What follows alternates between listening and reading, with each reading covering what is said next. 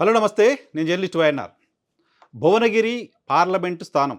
Bhuvanagiri parliament స్థానానికి కాంగ్రెస్ అభ్యర్థి ఎవరు? ఇప్పుడు దక్షిణ తెలంగాణలో పెద్ద చర్చ. తెలంగాణ రాజకీయాల్లో కూడా ఇదొక కీలకమైన చర్చ. కాంగ్రెస్ పార్టీ సర్కిల్స్‌లో అక్కడి నుంచి ఎవరు పోటీ చేస్తారనే దానిపైన విస్తృతంగా చర్చ జరుగుతోంది.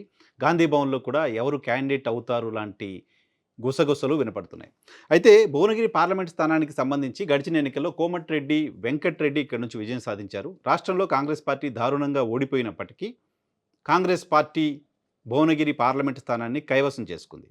అసెంబ్లీ ఎన్నికల్లో బీఆర్ఎస్ పార్టీకి పట్టం కట్టిన ప్రజలు భువనగిరి పార్లమెంట్లో మాత్రం కాంగ్రెస్ పార్టీకి ఓటేశారు. సో కాంగ్రెస్ పార్టీకి న్యాచురల్గానే ఆ ప్రాంతంలో ట్రెడిషనల్ ఓట్ బ్యాంక్ ఉంది. కాంగ్రెస్ ఓటర్స్ ఉన్నారు. కాంగ్రెస్ పార్టీకి స్ట్రాంగ్ పార్లమెంట్ కాన్స్టిట్యున్సీస్‌లో ఖచ్చితంగా భువనగిరి ఉంటుంది. నల్గొండ, భువనగిరి, ఖమ్మం లాంటి నియోజకవర్గాలు కాంగ్రెస్ పార్టీకి ముందు నుంచి చాలా స్ట్రాంగ్‌గా ఉన్న నియోజకవర్గాలుగా ఉన్నాయి. సో ఇప్పుడు ఆ స్థానం నుంచి గడిచిన ఎన్నికల్లో విజయం సాధించిన కోమటిరెడ్డి వెంకటరెడ్డి ప్రస్తుతం నల్గొండ నుంచి ఎమ్మెల్యేగా ఉన్నారు, రాష్ట్ర మంత్రిగా ఉన్నారు. ఆయన పోటీ చేసే పరిస్థితి లేదు. భువనగిరి స్థానానికి 2009లో కాంగ్రెస్ పార్టీ నుంచి కోమటిరెడ్డి రాజగోపాల్ రెడ్డి, వెంకటరెడ్డి సోదరుడు ప్రాతినిధ్యం వహించారు. ఆయన కాంగ్రెస్ పార్టీ నుంచి విజయం సాధించారు. సో ఆయన ఇప్పుడు మునుగోడు నుంచి కాంగ్రెస్ పార్టీ అభ్యర్థిగా విజయం సాధించున్నారు. ఆయన ఎమ్మెల్యేగా ఉన్నారు.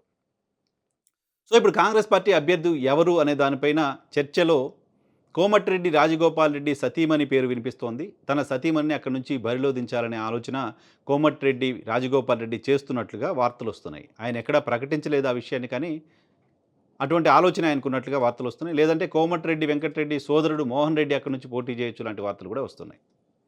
నిజానికి ఆ నియోజకవర్గం కేంద్రంగా అక్కడ పోటీ చేయాలనే ఆసక్తితో పనిచేస్తూ వస్తున్నారు చామల కిరణ్ కుమార్ రెడ్డి.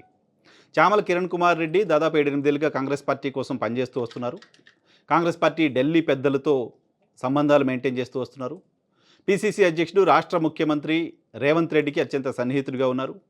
గడిచిన శాసనసభ ఎన్నికల సందర్భంగా కాంగ్రెస్ పార్టీకి సంబంధించిన వార్ గ్రూప్లో ఉంటూ కాంగ్రెస్ పార్టీకి సంబంధించిన క్యాంపెయిన్, ఇతరత్ర కార్యక్రమాల్లో చాలా యాక్టివ్గా పనిచేస్తూ వచ్చారు చామల కిరణ్ కుమార్ రెడ్డి. చామల కిరణ్ కుమార్ రెడ్డి భువనగిరి పార్లమెంట్ స్థానాన్ని ఆశిస్తున్నట్లుగా అధిష్టానానికి ఇప్పటికే చాలా సందర్భాల్లో చెప్పారు. ఈవెన్ రాహుల్ గాంధీ దృష్టిలో కూడా చామల కిరణ్ కుమార్ రెడ్డి ఆ స్థానాన్ని ఆశిస్తున్నారనే విషయం ఉంది. సో ఇప్పుడు చామల కిరణ్ కుమార్ రెడ్డి కాకుండా తమ కుటుంబానికి ఆ టికెట్ ఇవ్వాలి అనే ఆలోచన, అటువంటి ప్రయత్నం కోమటిరెడ్డి బ్రదర్స్ చేస్తున్నట్లుగా వార్తలు వస్తున్నాయి. అఫీషియల్గా వాళ్ళు ఎక్కడ ఆ విషయాన్ని చెప్పనప్పటికీ.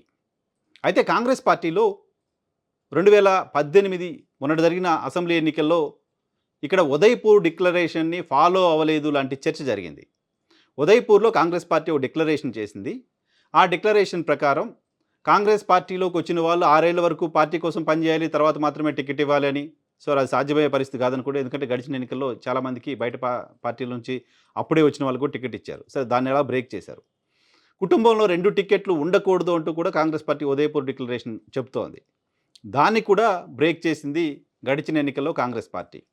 నల్గొండ జిల్లాకు సంబంధించి ఉత్తమ్ కుమార్ రెడ్డి గారు, ఆయన సతీమణి ఎమ్మెల్యేలుగా ఉన్నారు. కోమటిరెడ్డి బ్రదర్స్ ఇద్దరు ఎమ్మెల్యేలుగా ఉన్నారు. ఒక జానారెడ్డి గారు మాత్రం దాన్ని పాటించినట్లుగా చూడాల్సి ఉంటుంది. ఎందుకంటే జానారెడ్డి గారు ఇద్దరు కొడుకులు టికెట్లు అడిగితే ఒక్కరికి మాత్రమే టికెట్ ఇచ్చారు. ఆయన విజయం సాధించారు నాగార్జున సాగర్ నుంచి జైవీర్. సో ఇప్పుడు మరో టికెట్ కోమటిరెడ్డి బ్రదర్స్కి ఇవ్వాలి అంటే ఖచ్చితంగా ఉదయ్పూర్ డిక్లరేషన్ ఇబ్బంది కలిగించబోతోంది. ఉదయ్పూర్ డిక్లరేషన్ని అసెంబ్లీ ఎన్నికల్లో పాటించకపోయినా పార్లమెంట్ ఎన్నికల విషయంలో ఖచ్చితంగా పార్టీ పాటిస్తుంది అంటూ ఢిల్లీ వర్గాలు చెప్తూ ఉన్నాయి. ఉదయ్పూర్ డిక్లరేషన్ ప్రకారం పార్లమెంట్ ఎన్నికల్లో ఎట్టి పరిస్థితుల్లోనూ కుటుంబంలో 2 టికెట్ల అంశం చాలా సీరియస్గా తీసుకోబోతున్నట్లుగా వార్తలు వస్తూ ఉన్నాయి. అంతేకాదు కాంగ్రెస్ పార్టీకి సంబంధించి ఒక నూతన నాయకత్వాన్ని తీసుకురావాల్సిన అవసరం ఉంది అని కూడా అధిష్టానం భావిస్తోంది. ఒక కొత్త తరం నాయకుల్ని ఇంట్రడ్యూస్ చేయాల్సిన అవసరం ఉంది అని కూడా పార్టీ భావిస్తోంది. గతంలో రాజగోపాల్ రెడ్డి సతీమణికి అక్కడ టికెట్ అడుగుతున్నప్పటికీ రాజగోపాల్ రెడ్డి నేపథ్యం ఆయనకు ఇబ్బంది కలిగించవచ్చు లాంటి వార్తలు వస్తున్నాయి. ఆయన కాంగ్రెస్ పార్టీ నుంచి విజయం సాధించినప్పటికీ కొద్ది రోజుల క్రితం భారతీయ జనతా పార్టీలోకి వెళ్ళారు. కాంగ్రెస్ పార్టీకి రిజైన్ చేసి ఉప ఎన్నికల్లో భారతీయ జనతా పార్టీ అభ్యర్థిగా పోటీ చేశారు, ఓడిపోయారు. మళ్ళీ కాంగ్రెస్లోకి వచ్చారు, కాంగ్రెస్ అభ్యర్థిగా పోటీ చేశారు, విజయం సాధించారు.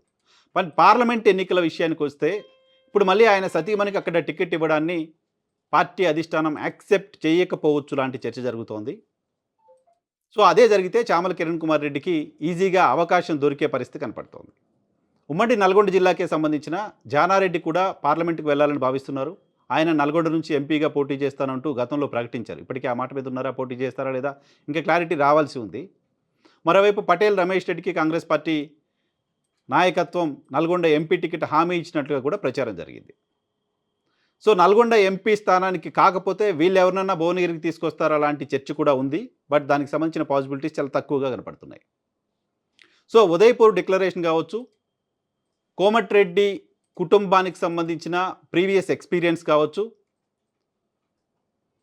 చామల కిరణ్ కుమార్ రెడ్డికి ఢిల్లీతోటి రేవంత్ రెడ్డితో ఉన్న సంబంధాలు కావచ్చు, భువనగిరి పార్లమెంట్ అభ్యర్థిగా కొత్త వ్యక్తికి అవకాశం కల్పించవచ్చు, కిరణ్ కుమార్ రెడ్డికి అవకాశం కల్పించవచ్చు అంటూ నల్గొండ జిల్లాలో విస్తృతంగా చర్చ జరుగుతోంది. సో కాంగ్రెస్ పార్టీ గ్యారంటీగా గెలిచే పార్లమెంటు నియోజకవర్గాల జాబితాలో నల్గొండ, ఖమ్మం, భువనగిరి లాంటి స్థానాలు 1, 2, 3లో ఉంటాయి.